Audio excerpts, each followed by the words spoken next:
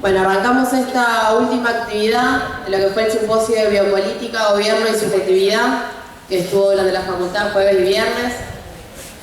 Este panel en particular se llama Despatriarcalizando el psicoanálisis, y realmente los que lo organizamos entendemos que es una de las temáticas que más cuesta discutir en la facultad o que más está invisibilizado. Somos estudiantes, en su mayoría, que transitamos todos los días los pasillos, que charlamos con docentes, con compañeros, y que realmente entendemos que la perspectiva de género es una de las más calladas de la facultad y es una también de las más importantes hoy para discutir. Con todo este panorama también es que a principios de año del Santiago Pampillón organizamos un espacio de géneros, un espacio abierto, en la cual diferentes compañeros nos encontramos para situarnos un poco nosotros como sujetos atravesados por un sistema patriarcal y heteronormativo, y también para empezar a leer otras cosas que por ahí no son en la carrera en relación a la perspectiva de género, y para de a poco formarnos también colectivamente en relación a estos debates y a nuestra formación. Y también por eso la importancia de este panel hoy, para traer otras visiones del psicoanálisis, para escuchar otras voces que también investigan y discuten alrededor de la perspectiva de género, y sobre todo entendiendo que también son defensores del psicoanálisis, digamos, de alguna manera. También una forma de intentar devolverle todo lo fecundo que tuvo el psicoanálisis en sus inicios, es intentar volver a pensar que las teorías tienen que necesariamente dialogar con los debates sociales que hoy nos atraviesan, tienen que necesariamente no estar a contramano de la historia y las conquistas sociales que en materia de género hemos logrado conseguir también. Así que también un poco para ubicarnos hoy en la facultad, también desde principios de este año, pero es un debate que viene de largo, es que intentamos problematizar algunas de las lógicas que atraviesan el plan de estudio que tenemos en esta carrera y empezar a poner en tensión qué tipo de perfil de psicólogo estamos buscando a construir, cómo buscamos un psicólogo o una psicóloga que realmente sea agente en la transformación y que pueda, desde un lugar ético, aliviar el sufrimiento de otros sujetos. Y también que todas estas temáticas realmente necesitan dialogar fundamentalmente y no transformarse en teorías dogmáticas y transmisiones que no permiten que la historia los atraviese, teorías que no permiten dialogar sobre todo y asumir que también son cuestiones políticas las que nos atraviesan cada vez que transmitimos el psicoanálisis en esta facultad. Así que bueno, más o menos para ir cerrando, yo sé que vinieron a escuchar a los panelistas. Tengo acá a Ana María Fernández, que es doctora en psicología, profesora e investigadora de la UBA. Es autora, entre otros libros, La mujer de la ilusión, de las lógicas sexuales, Amor, política y violencia, de Jóvenes vidas grises, de psicoanálisis y biopolítica, y de La diferencia desquiciada, a la que le agradecemos mucho la presencia. Y después Federico Aviv, que es psicólogo de la UNR, militante del colectivo Varones Antipatriarcales, y es miembro del programa universitario Diversidad Sexual y es compañero también del espacio de género. Así que bueno, adelante.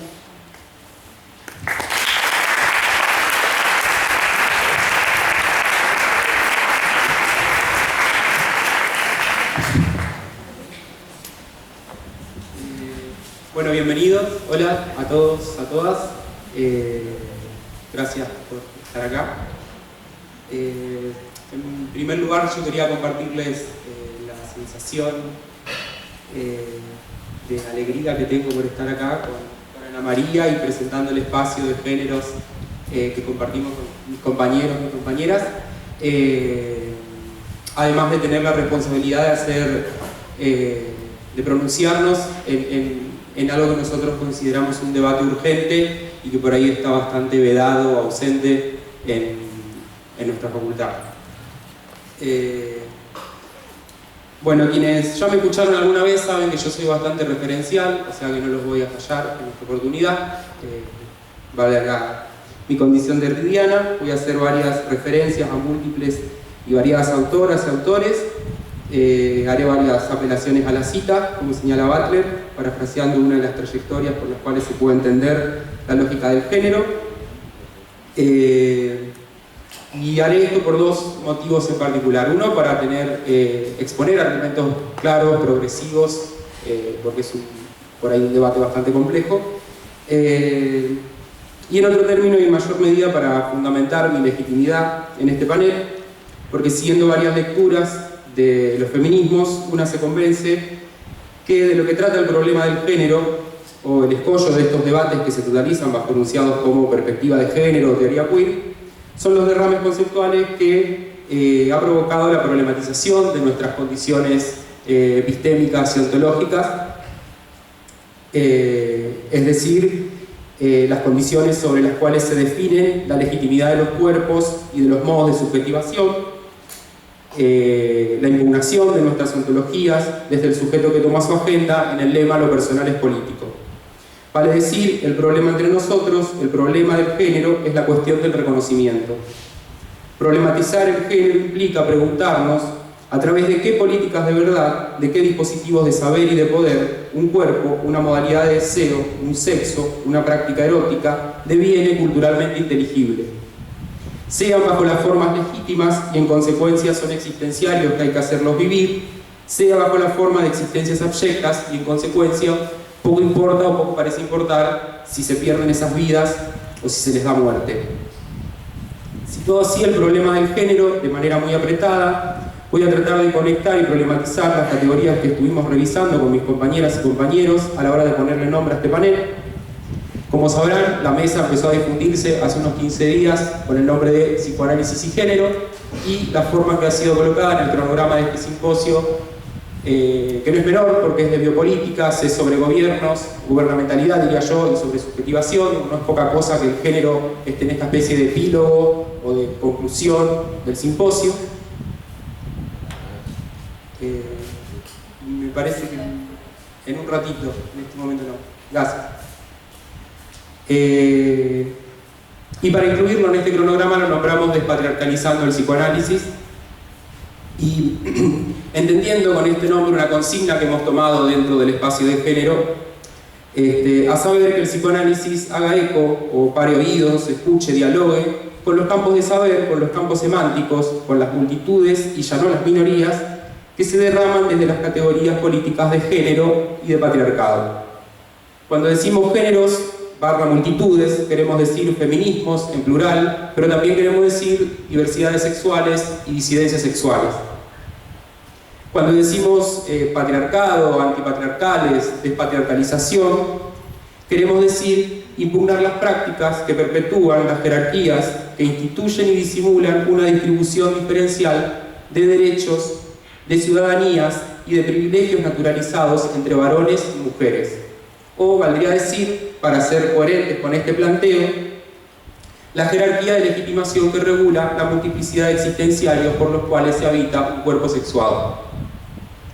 Afortunadamente para nosotros, la ejecución de esta agenda que encierra el título del panel ya está en marcha y ya ha comenzado. Afortunadamente contamos con muchos ensayos de despatriarcalización de nuestros saberes y nuestro haber. Las trayectorias de Ana María y junto a ellas las de Marta Rosenberg, Mabel Burín, Irene Mele, Juan Carlos Volnovich, Emilio Bleichmark, Silvia Bleichmark, y una lista bastante extensa que también es local porque acá en la facultad, por suerte, tenemos profesoras como Marta Fernández Bocardo, Bettina Calvi, Noelia Casati, el Departamento de las Educativas, que en los últimos años están trabajando, están insertando por distintas vías la problematización del género en nuestra formación. Ahora bien, en este diálogo abierto entre psicoanálisis y género, nosotros nos proponemos una tarea múltiple. No digo que sea doble porque quiero evitar cualquier metáfora o figura de linealidad. Digo que es múltiple porque nos debemos un profundo proceso de revisión y rearticulación de los contenidos curriculares de algunas cátedras que entiendo yo y mis compañeras y compañeros pueden llegar a prefigurar puntos epistémicos funcionales a la reproducción del sistema patriarcal. Es decir, promueven posiciones políticas totalitarias, universales, masculinistas, heteronormativas. Para ser más claros, contenidos curriculares de nuestras cátedras que funcionan como una matriz de producción de sujetos parlantes, alumnos, alumnas, profesores, que al abrir la boca para enunciar en tono de veracidad, la mayoría de las veces ejercen una vigilancia epistémica y legitiman la sanción de quienes habitan por fuera de los marcos de la inteligibilidad cultural. Esta agenda múltiple es de revisión, pero también es de rearticulación, porque entendemos que implicará un proceso de apropiación en todas sus dimensiones de la genealogía y las arqueologías de las teorías feministas. ¿Por qué de esta teoría, o de estas teorías en realidad? Yo lo que quisiera exponer es brevemente un mapa, una conexión entre estas teorías y esta agenda que nosotros planteamos. Elsa Dorling, filósofa feminista francesa, profesora en el Departamento de Ciencia Política de la Universidad de París 8, señala que las trayectorias de las teorías feministas tienen un cauce sobre la problematización de tres dimensiones, de tres acepciones hegemónicas y obligatorias de la noción de sexo. El sexo biológico, es decir, la insignia ontológica que recibimos al nacer, apoyada en una supuesta genitalidad binaria. Luego el género, entendido provisionalmente como los atributos sociales y de carácter que estamos obligados a representar en función de esa marca ontológica. Y por último, la sexualidad obligatoria, es decir, la modalidad de deseo y de prácticas eróticas por las que debemos ejercer ese cuerpo sexuado que toma como norma el modelo de la sexualidad reproductiva heterosexual. Las teorías feministas no se limitan a una mera cartografía conceptual de esas variantes de la noción de sexo, sino que implican una revisión crítica de los principios, los postulados, las implicaciones ideológicas, políticas, epistemológicas de sus derrames. Los saberes producidos por las teorías feministas están insociablemente comprometidos con un movimiento político que problematiza, desde un punto de vista epistemológico inédito, la relación que todo saber mantiene con una posición de poder al que a cambio refuerza, invierte o modifica. Creo que lo habrán notado, la estrategia de lectura y pensamiento es netamente Foucaultiana. Y no es menor, pues esas trayectorias feministas van a la par de las investigaciones sobre la sexualidad iniciadas por Michel Foucault. Junto a esas investigaciones podríamos situar dos grandes contribuciones provenientes de las teorías feministas a la problematización de los saberes sobre el sexo y sobre el género.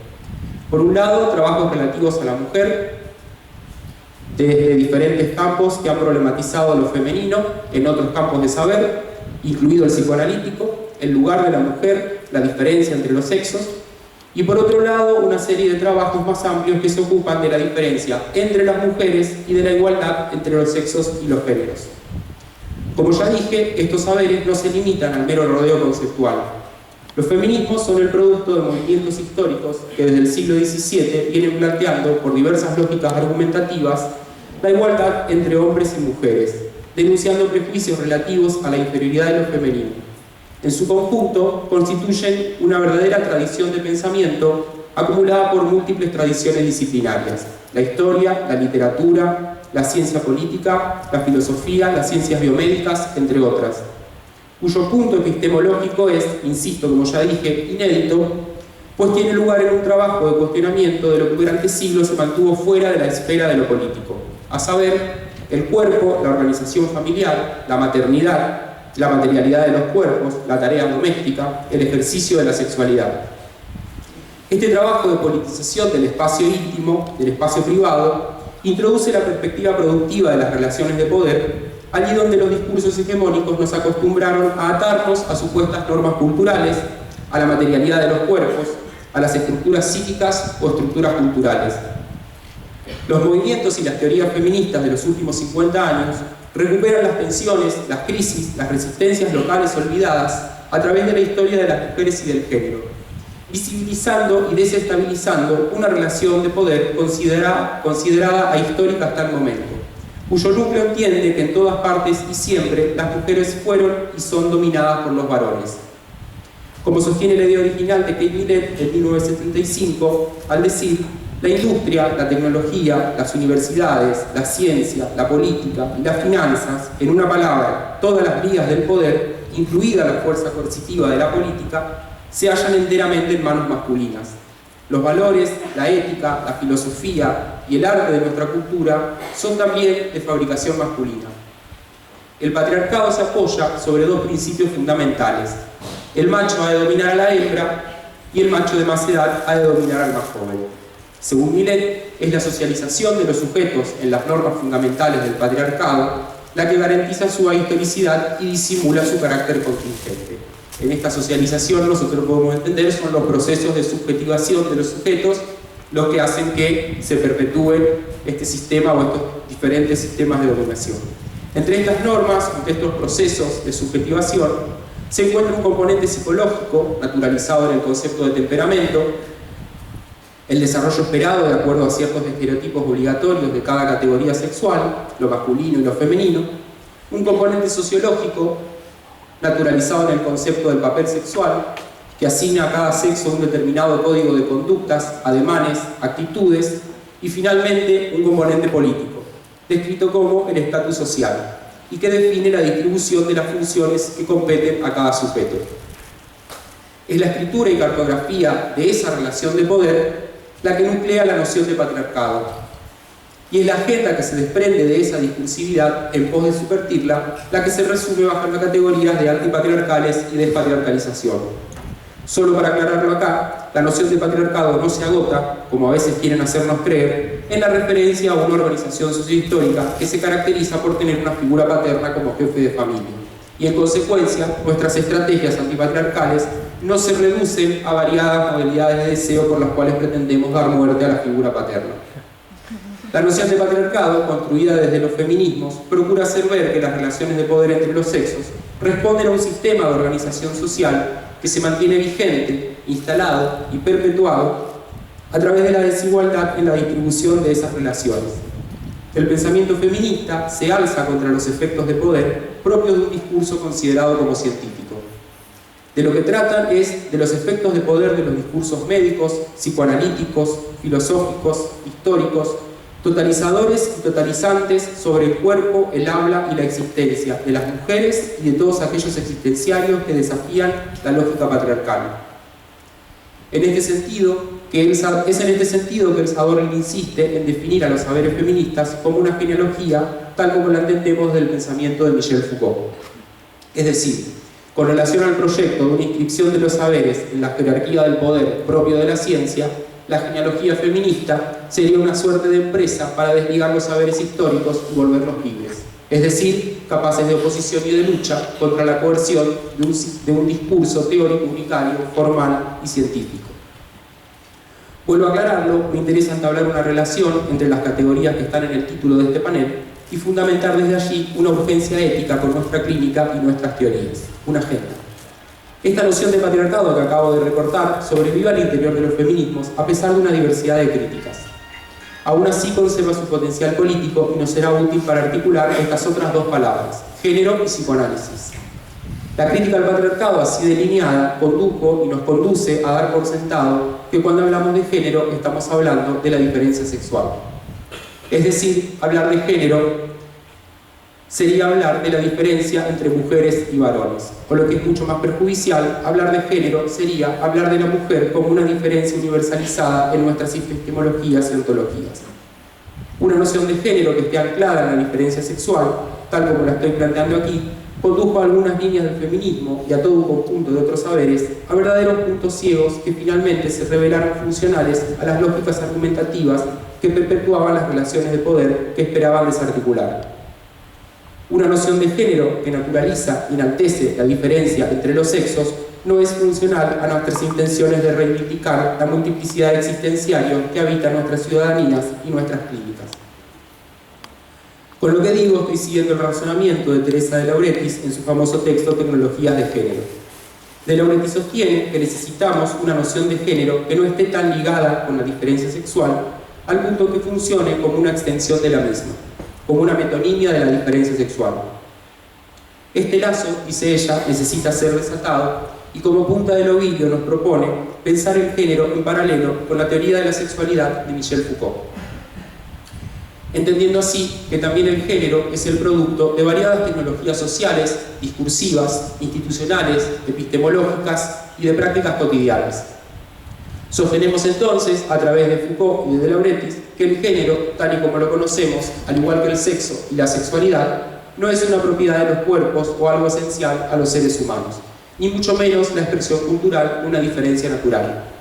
el género participa del conjunto de efectos producidos en los cuerpos, los comportamientos y las relaciones sociales por el despliegue de una tecnología política compleja.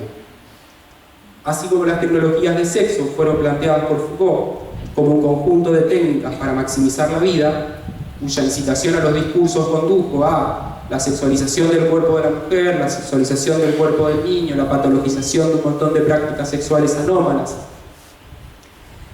haciendo del sexo un asunto de Estado que requiere del cuerpo social en su totalidad y de todos sus individuos, y poniéndolos a sí mismos bajo su propia vigilancia, la noción de tecnologías de género, reescrita por De Laurentiis, pretende visibilizar que el género y las representaciones de género que organizan su campo semántico dependen de un conjunto de técnicas con poder para controlar el campo de significación social y entonces producir, promover o implantar representaciones de género, de cuerpo y de deseo hegemónicas, y no está más decirlo, heteronormativas. Técnicas que incluyen desde diferentes manifestaciones del arte hasta las más variadas teorías, incluida la nuestra, el psicoanálisis. La maleza discursiva en la que tiene lugar el psicoanálisis en nuestra facultad, el vocabulario que se gesta dentro del campo psicoanalítico, las metáforas que vehiculiza el psicoanálisis en su proceso de transmisión, son parte intrínseca de estas tecnologías de género, más aún en una facultad como la nuestra, en la que priman las lecturas psicoanalíticas y por ende hay cierto aire de certeza sobre la vida erótica de las personas. En ese sentido, en nuestras condiciones actuales, que las entiendo como condiciones en las que prima una disolución de los límites entre el hacer vivir y el dejar morir, el compromiso ético que implica trabajar con y sobre las categorías fundacionales de nuestras ontologías, aquellas que definen qué cuerpos importan más que otros, aquella cuya inestabilidad puede desquiciar al otro moviéndolo a darme muerte, es urgente e impostergable. Existe en nuestra formación, fundamentalmente en la que se articulan materias que dependen del departamento de psicoanálisis, una ceguera respecto del carácter nocivo que tienen las representaciones de género y de sexuación que habilitan sus narrativas, dando lugar a procesos de subjetivación profesional que producen la sujeción a una modalidad disciplinaria cuyo discurso contribuye a solidificar las redes de poder que naturalizan la necesidad ontológica entre sexo, cuerpo, género, deseo y prácticas sexuales. Y esto funciona así por más que nos quieran tranquilizar repitiéndonos hasta el cansancio que Freud ya hablaba de que la anatomía no es destino, o que Lacan mismo insistió muy al final sobre el éteros de la pulsión. Entendemos que sobre esta ignorancia política, desde esta posición de saber que yo la entiendo como una posición histérica porque es un no querer saber, en este silencio acerca de los saberes y epistemologías feministas, no hay posibilidad para una sociedad más igualitaria y con una escucha real a los múltiples existenciarios deseables. Los efectos de estos silencios se conjugan encriptando la célebre definición Foucaultiana en un hacer morir y en un dejar morir. Con esta sordera académica que pesa sobre nosotros, contribuimos a una sociedad en la que se hace morir a las mujeres que no tienen soberanía sobre sus cuerpos, en la que se hace morir a las mujeres que no tienen acceso a los abortos seguros, en la que se hace morir a los cuerpos de personas trans. Se arrojan nuestros existenciarios, nuestras corporalidades y nuestras ciudadanías a una nuda vida. Quedamos fuera de las esferas de los que se define qué es humano y quién no lo es. Nuestras experiencias como alumnos, nuestras experiencias como militantes, las trayectorias como activistas que motorizamos acá dentro de nuestra academia, las trayectorias que nos atraviesan en el ejercicio de nuestra ciudadanía, nos acorralan en la urgencia de este planteo. Esta revisión y rearticulación de nuestros saberes, a la escucha de los saberes feministas, de las diversidades genéricas y de las disidencias sexuales, es vital para nuestra profesión, para nuestras clínicas y para nuestra praxis política. En tanto buscamos rescatar al psicoanálisis de los imaginarios pretéritos que atravesaron sus orígenes, para apuntalarlo entre las herramientas que utilizamos en la lucha por subvertir las redes de sistemas hegemónicos y opresivos, entre ellos el sistema de dominación patriarcal. Asumir y denunciar que el psicoanálisis participa de las tecnologías de sexo y género, produciendo representaciones sociales que definen qué cuerpos importan más que otros, es ya iniciar un incipiente proceso de despatriarcalización. Un proceso que, insisto, ya ha comenzado y que ahora debemos ensayar en nuestros claustros si realmente queremos estar preparados para operar sobre las subjetividades en pos de un hábitat menos coercitivo y angustiante. La cuestión no es recetar nuevas normas de género, ni abolir al psicoanálisis, como si tuviésemos la obligación de proporcionar una medida, una receta, un indicador o una pauta para entender la adjudicación de competencias en las presentaciones de género. Sí apoyamos los proyectos que persiguen aumentar la gama de configuraciones posibles entre los géneros, de manera tal que algún día sean tantos que su potencial ontológico se diluya. Como sostienen los feminismos, reflexionar sobre otros mundos posibles solo puede ser una trivialidad para quienes ya saben que son posibles, para quienes vivimos tratando de devenir posibles, para quienes habitamos nuestros cuerpos desquiciando la lógica de la diferencia en nuestras camas, en nuestras calles y también en nuestras aulas. La posibilidad de ser posibles es una necesidad vital. Nada más. Muchas gracias.